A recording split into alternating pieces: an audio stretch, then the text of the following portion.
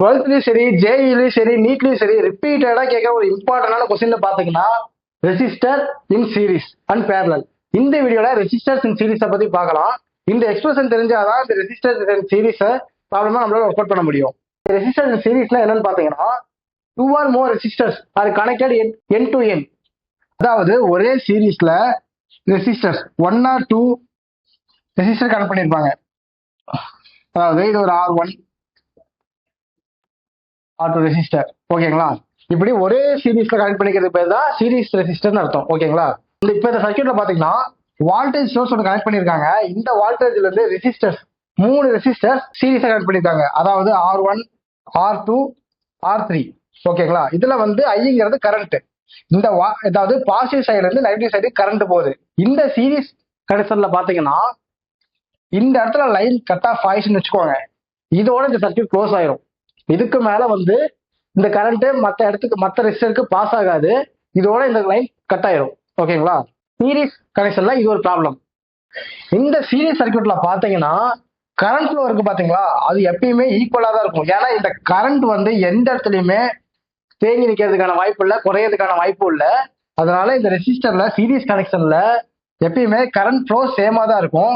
Ohm's law படி current flow சேமா இருந்தா வால்டேஜ் வந்து கண்டிப்பா டிஃபரெண்டா தான் இருக்கும். இதை எப்படி நீங்க கரண்ட் சேமா இருக்கும் ஞாபகம் வச்சுக்கலாம். சீரிஸ் கனெக்ஷன்ல சீரிஸ்ல பாத்தீங்கன்னா இந்த சீரிஸ்ல பாத்தீங்களா ஐன்னு ஒரு வார்த்தை வந்திருக்கா, ஐ தான் என்ன கரண்ட் சேமா இருக்கும் அப்படின்னு ஒரு ஷார்ட்டா நீங்க ஞாபகம் வச்சுக்கோங்க. இப்ப நம்ம சர்க்யூட்டை பத்தி பார்த்துட்டோம். சீரிஸ் கனெக்ஷன்ல கரண்ட் சேமா இருக்கும், வால்டேஜ் டிஃபரா இருக்கும். இதுதான் ஓம்ஸ் லா. இது வந்து ஓம்ஸ் லா அப்படி எப்படி எழுதுறான்னு பாத்தீங்கன்னா V is equal to IR. அப்புறம் பாத்தீங்கன்னா இங்க வால்டேஜ் வேற வேறையா இருக்கு. அதனால என்ன பண்றோம், 3 ரெசிஸ்டர் இருக்கு. ஒவ்வொரு ரெசிஸ்டருக்குமே R1 R2 R3 கொடுத்துருக்கோம். கரண்ட் சேமா இருக்கும், ஆனா வால்டேஜ் டிஃபரெண்டா இருக்கும்.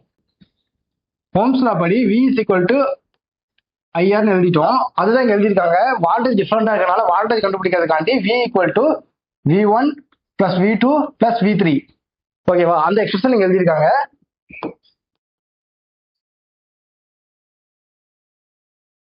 V3 எழுதிருக்காங்களா?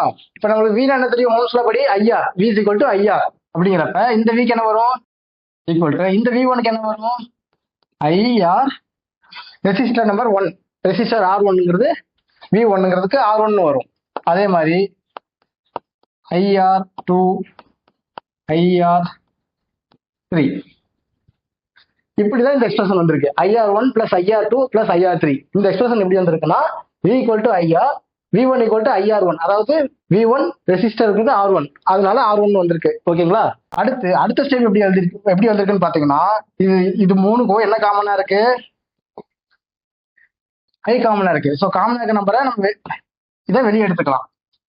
அப்படி எழுதணும்னா என்ன வரும், R1 plus R2 plus R3, ஓகேங்களா? இப்படி எடுத்துட்டோம்.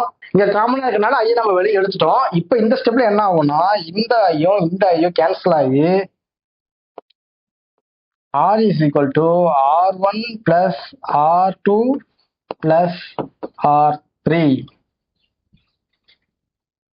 R is equal to R1 plus R2 plus R3. இந்த இடத்துல ஏன் RS போட்டிருக்காங்கன்னா அதாவது சீரீஸ்ல ரெசிஸ்டர் கனெக்ட் ஆயிருக்கு அப்படிங்கிறதுக்காண்டி அதை நம்ம கிளாரிஃபை பண்ணிக்கிறதுக்காண்டி RS அப்படின்னு கொடுத்துருக்காங்க. இப்ப இந்த எக்ஸ்பிரஷன் நம்மளுக்கு கிடைச்சிருச்சு,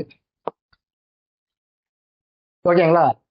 இதுதான் ரெசிஸ்டர் இன் சீரிஸோட எக்ஸ்பிரஷன். இது தெரிஞ்சா நம்மளால ப்ராப்ளத்தை ஈஸியா சால்வ் பண்ண முடியும். இதுல நம்ம ரெசிஸ்டர் இன் சீரிஸை பத்தி பார்த்துட்டோம். இதை வச்சு எப்படி ஜேஇயா இருக்கட்டும், நீட்டா இருக்கட்டும், 12th எக்ஸாமினேஷனா இருக்கட்டும் எப்படி கொஸ்டின்ஸ் கேட்பான்னு பாத்தீங்கன்னா ரெசிஸ்டர் இன் சீரிஸ் எக்ஸ்பிரஷனை எக்ஸ்பிளைன் பண்ணுங்க அப்படின்னு சொல்லுவாங்க. அப்படி இல்லைன்னா இதே சீரிஸ் சர்க்யூட்டை கொடுத்துட்டு ரெசிஸ்டருக்கும் சரி வால்டேஜுக்கும் சரி ஒரு வேல்யூ கொடுத்துட்டு கரண்ட்டை கண்டுபிடிங்க அப்படின்னு கொஸ்டின்ஸ் கேட்பாங்க. இப்படி கேட்டாங்கன்னா இந்த எக்ஸ்பிரஷனை வச்சு உங்களால அந்த கொஸ்டின்ஸை சால்வ் பண்ண முடியும்.